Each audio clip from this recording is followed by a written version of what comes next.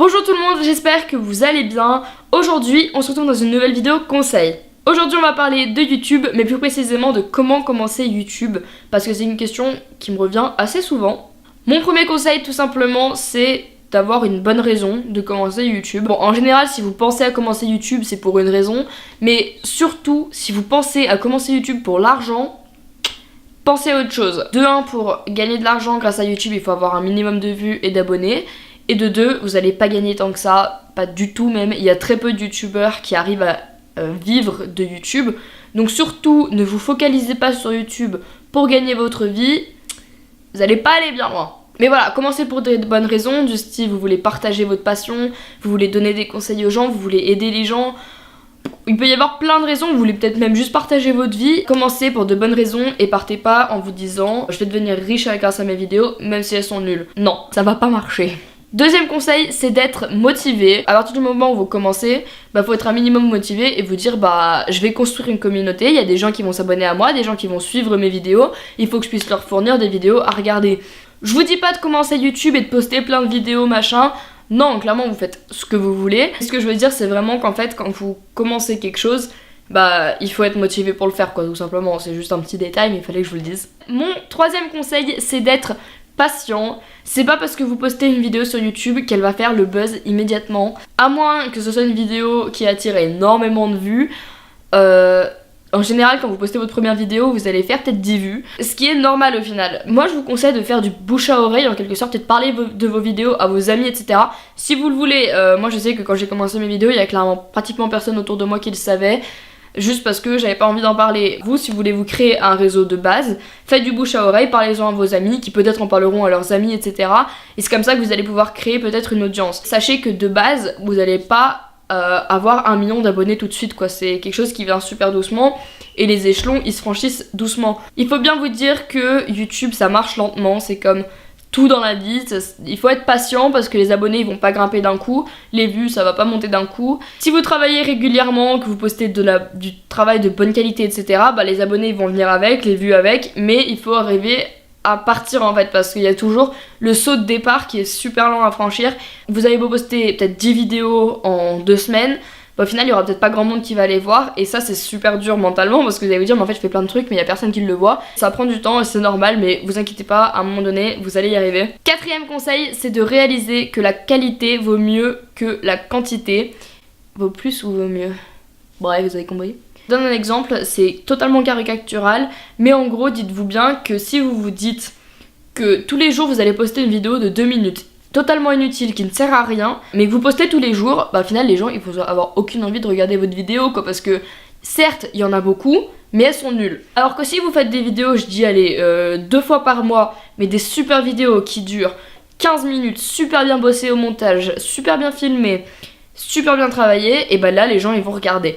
En fait on part de ce principe que la qualité vaut plus que la quantité. Donc voilà, mettez-vous bien ça dans la tête, que même si vous postez peut-être pas énormément, si vous faites quelque chose de qualité, ça va attirer en gros la visibilité. Première chose à savoir dans la qualité d'une vidéo, c'est pas la qualité visuelle, c'est la qualité audio. Imaginez-vous en train d'écouter une vidéo YouTube avec un son qui grésille ou qu'il faut monter votre son au maximum parce qu'on n'entend rien. C'est pas top. Donc franchement, primordialisez votre travail sur le son de la vidéo. Peut-être investissez plus dans un micro que dans une caméra. Vous ajustez, mais sachez que le son, c'est un peu ce qui est primordial. Ensuite, la qualité de l'image, forcément, donc avoir une bonne caméra. Mais très honnêtement, je vous le dis, entre ce qui est son et image, un téléphone aujourd'hui, pratiquement lequel que ce soit, la qualité image et son est assez bonne parce qu'on est quand même sur des bons téléphones aujourd'hui. Donc franchement, même votre téléphone, ça peut super bien marcher comme caméra pour YouTube. Un téléphone, aujourd'hui, ça marche super bien et aujourd'hui, c'est pareil qu'une caméra pratiquement. Donc, n'investissez surtout pas dans un micro, une caméra, des parapluies à lumière, tout ça. Si vous commencez, vous savez pas encore si vous allez adorer ça ou au contraire, vous en lassez super vite. Commencez avec les bases. Moi, j'ai commencé avec une webcam pendant, 4 mois. Après, j'ai acheté un caméscope, mais je peux rester là, la boîte? Mais voilà, quand je dis bonne qualité, je parle d'un bon son, d'une bonne image, d'une bonne luminosité, d'un bon travail sur la vidéo, donc je parle d'un bon montage. Il n'y a pas besoin d'investir non plus dans un logiciel de montage iMovie si vous avez un Mac ou un iPhone ou un iPad, ça marche très bien. Moi je suis sur ça depuis 4 ans. Si vous êtes sur Windows, il y a Movie Maker qui marche super bien aussi. qui a vraiment les bases, mais vous pouvez couper votre vidéo, faire 2-3 trucs.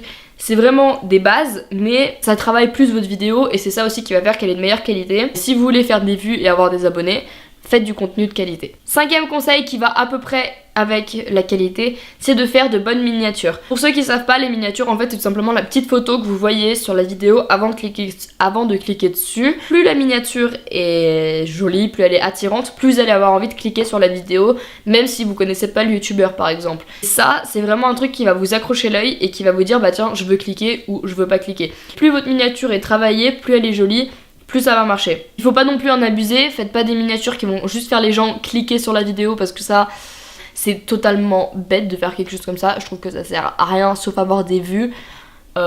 C'est inutile quoi. Faites des choses qui sont réalistes par rapport à votre vidéo, mais faites-le bien parce qu'encore une fois c'est de la qualité. Conseil numéro 6 qui va un peu avec la miniature, c'est avoir un bon titre. Mettez pas des mots incompréhensibles que personne ne comprend, mettez des choses que tout le monde un peu comprend, et surtout si vous voulez faire des vidéos qui sont utiles, bah mettez ce que les gens recherchent. Donc par exemple une de mes toutes premières vidéos qui avait assez bien marché, c'était comment faire cuire la pâte Fimo. Et c'est un titre que j'avais mis au hasard en fait, mais au final je me suis rendu compte que c'est ça que cherchent les gens sur internet.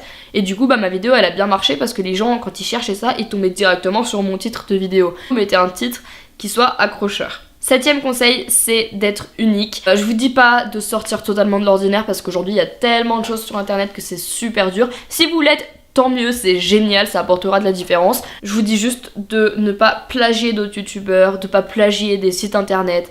Ce genre de truc ça sert à rien, on aurait pu très bien les trouver ailleurs, donc pourquoi les trouver chez vous? Soyez vous-même et ça marche très bien comme ça parce que je tiens à vous le rappeler, on est tous différents, donc si vous êtes vous-même, vous aurez forcément votre touche de personnalité qui sera dans votre vidéo. Si vous plagiez quelqu'un d'autre, bah ça sert plus à rien de faire des vidéos, laissez juste l'autre personne tranquille en gros. 8e conseil, ça c'est pour ceux qui ont déjà un peu commencé, qui ont déjà un peu une communauté, c'est d'être actif sur d'autres réseaux sociaux aussi, j'allais dire as well, on est bien marré. Moi je sais que par exemple j'ai un compte Instagram, je poste très peu, mais par contre je fais beaucoup de stories où je parle avec vous beaucoup par message. Tous les messages pratiquement j'y réponds. Soyez en fait actifs avec votre communauté que vous créez. Les gens qui vont vous suivre, bah soyez actifs avec eux. Pour moi YouTube et les réseaux sociaux c'est vraiment un échange. Bah je donne quelque chose, vous me donnez quelque chose en retour et on s'échange.